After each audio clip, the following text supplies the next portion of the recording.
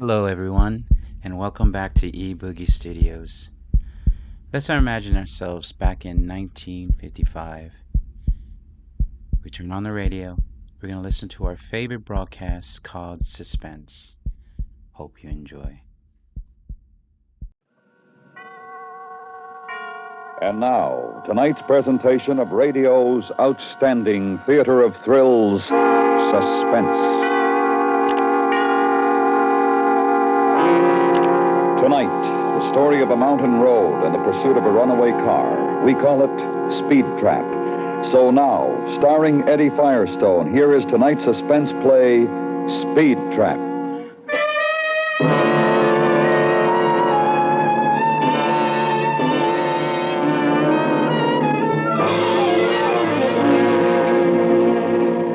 Sometimes it takes you years to get to know a guy. Sometimes on the highway patrol, you learn all about a man in 10 minutes. Like the night Craig Hollister checked me out on my new beat. South shoulder here.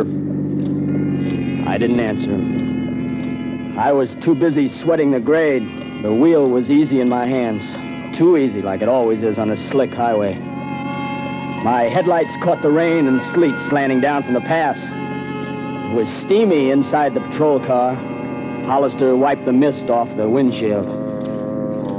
I thought of loosening my collar, but I didn't want to make a bad impression on Hollister. He didn't look like a police academy officer, but he didn't talk much, so I couldn't tell.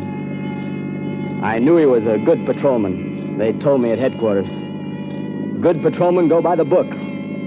I decided I'd leave my collar buttoned. I wiped my hands one at a time and changed my grip on the wheel. Curve coming up. I don't see why they need us on this road. Driver'd be nuts to go over 30. People speed anywhere. This turn's called Millie's Hairpin. It's slick in the rain. Found 4 kids here in a station wagon after the last storm. What was left of them? Who is Millie? She went over the cliff in a Model T 5 years ago. She was 60 years old. Killer? Not a scratch. Devil's Curve coming up. We've had 3 fatalities here this winter. I don't know if I'm going to like this beat. Oh, it isn't bad. Once you get used to the blood. You actually catch speeders on this highway? That's how I met my wife. She was speeding here. Pardon me. Dispatcher, this is 3122. Go ahead, Craig. Joe, will you call Debbie and tell her to pick me up at headquarters? Okay, but you better get down here before she does. A gal like her isn't safe around me. You old relic, she could break your arm. Joe. Yeah? It's awful slick up here. Tell her to take it easy on the grade. Roger. Out. Well, this was pretty good. You wanted your wife to meet you. You gave the dispatcher a call on the radio. That was something they hadn't taught me at the academy.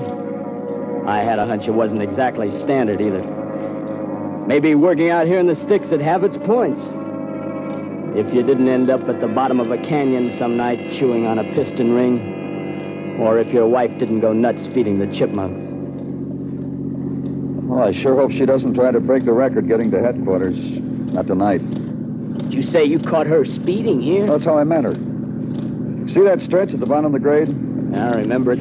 If you park off the road on the ridge, you can spot the speeders coming down. I try to get them before they hit the real grade and clobber themselves. That's where you met your wife, huh? Yeah. She was roaring down the hill with a car full of phonies, coming back from a party Schweitzer was giving on his estate. All of them fried to the eyeballs. Including your wife? I thought so. I wrote it up that way. Well, then what happened? Well, the county judge thought otherwise. Debbie cried, and her old man said he wanted to treat her just like anybody else, even if he had just given the county a new library. So the judge decided she'd never had a drink in her life. There wasn't a dry eye in the courthouse. You married her, huh? Best thing I ever did. I think. You think? You're married, aren't you? Your wife gonna like the mountains? Wherever I am, she likes it. Why? It's kind of lonely for a woman, Debbie says. Well, here's the place I was telling you about. Pull over. Pull over? Yeah. We'll wait here and follow her down. Why? Well, she still drives this grade too fast. With me back of her, she'll take it easy. So I pulled over, of course, even if it was quitting time. He was the boss, and if he wanted to baby his wife down the grade, it was okay with me. I was tired, and I could have used a cup of coffee back at headquarters, and I was trying to get my wife moved into her cabin, but the man said, pull over and wait, so I pulled over and waited. I even offered him a cigarette to show there were no hard feelings. He shook his head. In the flare of my match, I could see he was squinting up the road. His face was tired. Some of the roughness was gone. This joker was worried. He caught me looking and seemed kind of ashamed. She'll be along in a minute. Sure, no hurry. You can't follow her everywhere, you know. You in a hurry or something? No, it just Look, seems... I'm getting a transfer. Debbie and I will be out of these mountains next week. She's a good driver, but it's slick tonight. So if it's okay with you, we'll just... Sure, I'm sorry. What's the matter? Look at those headlights up there. I twisted around in my seat.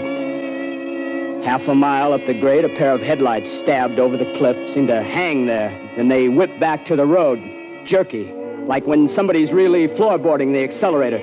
Then there was a straight stretch where the lights swayed like the guy was skidding. Hollister gripped my shoulder, and then the lights straightened out, got brighter and brighter and further apart. The guy was practically flying. Holy smoke! That's not your wife, is it? No, she's still a little wild, but she's not crazy. Hollister was big and a little older than me. He didn't look like he could move very fast, but he was nothing but a blur jumping out of that car. He was around the hood and swinging a flashlight in circles before I could even turn on my red light. The crazy headlights seemed to reach out at him. Hey! You okay, Hollister? Yeah. Let's take him. Holy cow, I thought you'd had him. Close, but no cigar. He must be plastered to the ears. Get his tag, the light's blinking. I just see there was a convertible, that's all. Convertible? Yeah. Aren't you going to call a dispatcher? No. Pappy ought to be parked near halfway house. 2429. This is 3122. It was a convertible, all right, and I'd caught a flash of the driver, and my heart had flipped. It was a woman driver, young, blonde, with a crazy grin on her face. I felt sick. 2429. I'd picked up the pieces after a few wrecks down in the valley. It's bad enough when it's a man, but a young girl. 2429. This is 3122, Pappy. We're in pursuit of a possible 502 3 miles north of halfway house. Just about ran me down. He's weaving all over the road. Be careful. Roger. I'll try to take him. Her, not him. Take this curve tight, buddy. What did you say? That driver, it's a woman. A woman? I think so. Okay. After this curve, you can cut loose for about 800 yards. Try to get me close enough to spotlight her license. Hang on, partner. You get the number? No. Maybe on the next stretch. We don't need the number. What do you mean? I know the number. You know it. How come? It's Debbie's car. Well, your wife, you must be nuts. It's Debbie. Why would she try to run you down? She doesn't know what she's doing. What do you mean? She's fried, plastered. She's going to roll that thing, and that'll be all. That'll be all. This guy was shook. Sliding through a turn, I caught a glimpse of his face in the light from the dash. He was staring ahead. And he had that 1,000-yard stare I'd seen in Korea before an attack. I shivered. Well, where do we go from here? I could see it coming. I could see it. Alone in that house all day. It's why we were going to move to the city. But now it'll be too late. Step it up, Art. Step it up. If we had time to change... I can't do any better than you. Stick with it and try. Try to get her before Killer Curve. That's a heavy car she's got, Craig. It's like it was glued to the road. It isn't glued to the road. It'll roll just like the rest of them. It'll roll. Happy will flag her down. How's he going to do it? She didn't stop for us. Maybe she didn't even see us. You want me to try to take her Not again? here, Art, not here. If she speeds up anymore, she hasn't got a prayer on Killer Curve. Hang back. Don't press her. Then he did something that wasn't in the books. He reached over and cut our growler, and he flicked off the red light. I started to turn it back on and felt his hand on my wrist. Leave it off. Maybe we're panicking her. Art, if she doesn't slow down now, she'll never make it. Then she started her turn on Killer's Curve. It was easy to see she wouldn't make it. It's the roughest turn on the grade. Washboard, no bank to it at all. 100-foot drop to the riverbed below. Hard enough to make on a dry day, but on a wet night, murder. The taillights hesitated for a second like they were making up their minds whether to run into the hill or over the side. The car slid sideways, reared toward the river. She was going over backwards. No, baby, no. I took my foot off the gas. Out of the tail of my eye, I saw Hollister cover his face. And then I was fighting to stay on the road myself. Suddenly the miracle happened. She'd made it. Now we had to do it. 2429. This is 3122. We're a mile north. Still unable to catch the 502. She's doing 75. Suggest you start up and we'll try to box her, but be careful of it. This is 2429. You say her? Yes. Roger. Okay. I see her lights. Starting up now. Stay on her tail.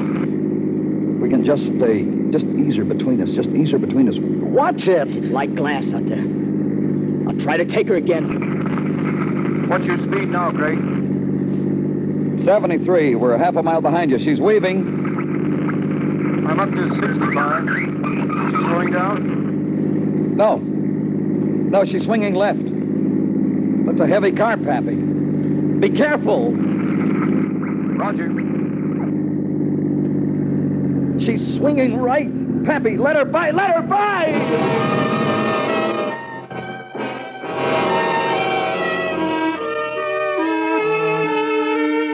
Let her by.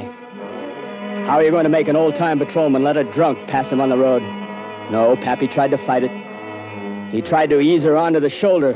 The block-long convertible against the patrol car. It was like a good pro featherweight against an amateur heavy. All skill and no punch. For a second, I thought he had her run off the road, but the convertible lurched back. The two sets of taillights got closer. And then Pappy was off the road, over the shoulder, bouncing and rolling down the embankment. I eased my foot off the accelerator, praying that it wasn't as bad as it looked. I wanted to use the brake, but on that highway, it would have been suicide. What are you doing? Going back for Pappy. What about her? Call the dispatcher. They'll stop her. If she doesn't go off the road first, we got to get back. Stay on her tail. You off your rocker, they'll stop her? That's my wife, and I don't want her killed. Stay on her tail. What about Pappy? I said stay with her. I'm still running this beat. But Pappy needs... Joe, this is 3122. A mile south of Halfway House. That 502 just ran Pappy off the road. Send an ambulance. We're staying on her tail. This isn't Joe, it's Sergeant Capehart. Setting up a roadblock outside headquarters. She won't get through it. Go back and help Pappy. What kind of roadblock? The works. You aren't shooting at a woman. If she tries to run this block, we'll shoot at her. Now get back to Pappy. Sarge, that girl... Don't worry about the girl. I'll take care of her. You get back to Pappy. It's Debbie! Yeah? I'm sorry, Hollister. She's just run my best man off the road. Said she almost hit you. There's trucks and cars coming up the lower grade. She'll hit one of them if we don't stop her. So we'll stop her. If we have to blast her off the road.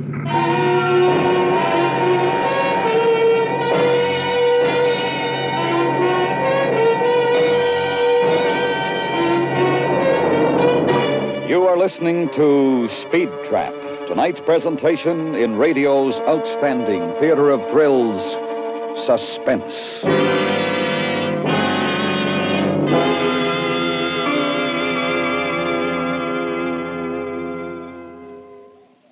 Hardly a driver is now alive who passed on a curve at 65. Slow down, driver, if you're pushing even a little bit too hard for the road conditions ahead tonight. Play it safe behind the wheel. Your life depends on it. The lives of others on or near the highways depend on it, too. Safety first behind the wheel. Don't make a death trap of your automobile. And now we bring back to our Hollywood soundstage Eddie Firestone with Larry Thor, starring in tonight's production, Speed Trap, a tale well calculated to keep you in suspense.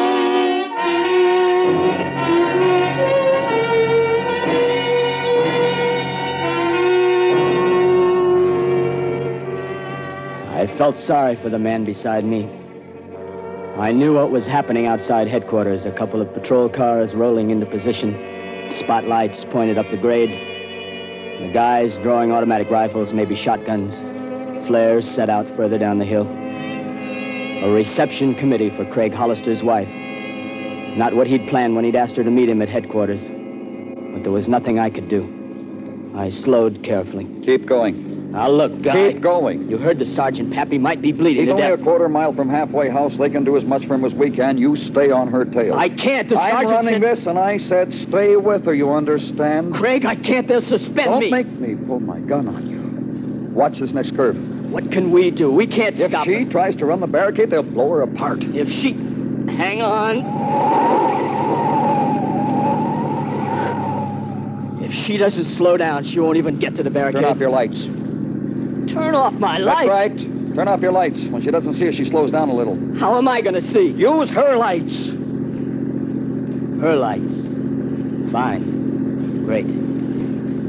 But what if there was something coming up the grade? I wondered if Hollister had gone nuts. I shot a look at him. He was peering ahead, and he seemed to have got a hold of himself. I didn't really think he'd pull a gun on me, but suddenly I knew I'd go along with whatever he was trying to do, even if it cost me my badge. I flicked off the lights. It seemed to help. The car ahead lost some of its crazy fear. You're gaining. Slow. Slow and easy. Watch it. Okay, use this stretch here.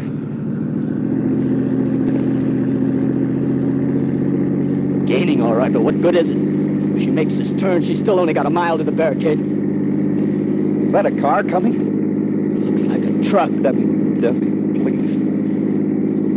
Get over! Get over! She won't make... She won't... Watch it. Get your lights on.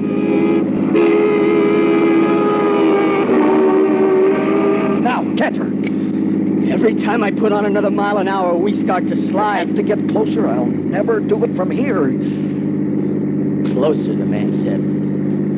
I was already pushing 80. My arms and eyes ached from the strain. The range was still too far unless he was aiming for a lucky hit or an unlucky. You've got to catch her by that stretch in front of headquarters. Well, that made sense. It was the only level shoulder in the grade. If he was going to shoot out a tire, it would have to be there. But that was where the barricade was. Now we just have to get her this side of it. Hollister rolled down the window, and I felt a spray of rain on my face. Suddenly, I spotted the barricade spotlights. She's slowing, Annie? Putting on speed. I can't wait any longer. The range was just too great. It had to be her left rear tire. If she went off the other way, she'd be killed. And if the ricochet got her, she'd be killed anyway. But she was just too far away. Suddenly, not really wanting to, I jammed down the accelerator. At least I could give him a last chance. The rear end swayed and lurched. My hands were sweaty with fear. And that did it. The heavy car began to turn, hesitated, and headed for the shoulder. It leaped when it hit the dirt, half turned, and went over.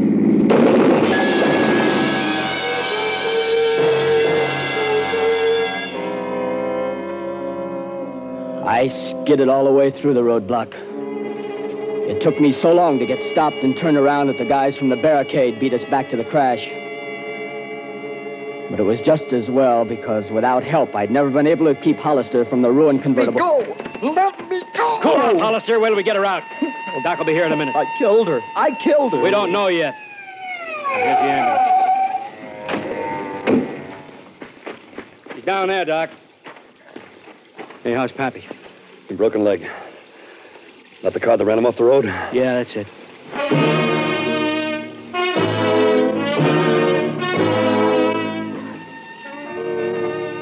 It seemed like an hour, but it was only a couple of minutes before the doc scrambled out of the ditch. A patrolman and an ambulance driver set a litter by the ambulance. Two other guys had Craig in their patrol car trying to calm him down. I walked over to the ambulance. The girl was hurt. Hurt bad, but she was alive. The sergeant walked up. She alive? Yeah. Now tell Hollister. Okay to let him see her, Sarge? Yeah, I guess so. I started back to the patrol car and stepped back to let a convertible onto the shoulder. A girl got out, a pretty girl. And I thought of the kid by the ambulance who would never be pretty again. And then I felt the sergeant's hand on my arm. He was staring at her. Look, Mrs. Hollister. Yes, Sergeant, what happened? Where's Craig? What's the matter with you? Well, we thought... He thought... Oh, look. Oh, that poor thing. She's just a kid. Hey, Pete, bring Hollister over here. I guess she figured she was old enough to get fried to the gills and try to make that grade on a rainy night. Your husband saved her life. How?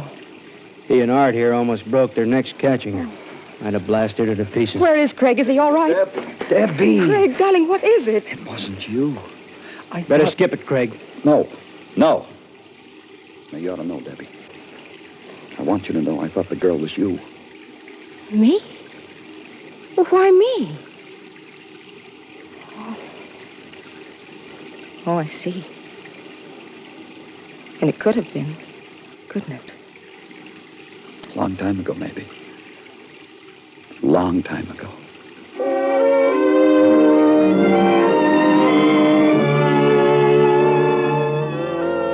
Well, his arm was around her when they walked away, but Debbie Hollister had a kind of thoughtful look in her eye. You kind of wonder at a time like that what two people are thinking. I turned back to the sergeant. You okay? Oh, sure. Yeah,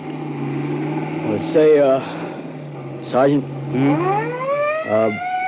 about us not going back for Pappy. I was driving, you know. Yeah, I know. Well... Forget it. Learn anything tonight? Yeah. I learned something.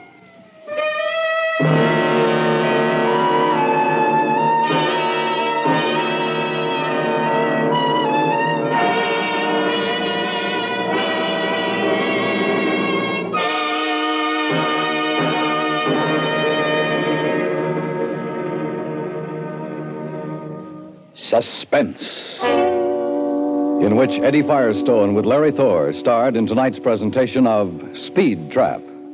Next week, Suspense will bring you the story of a man who knows that he will be caught for a crime that he has not yet committed. We call it Sight Unseen. That's next week on Suspense.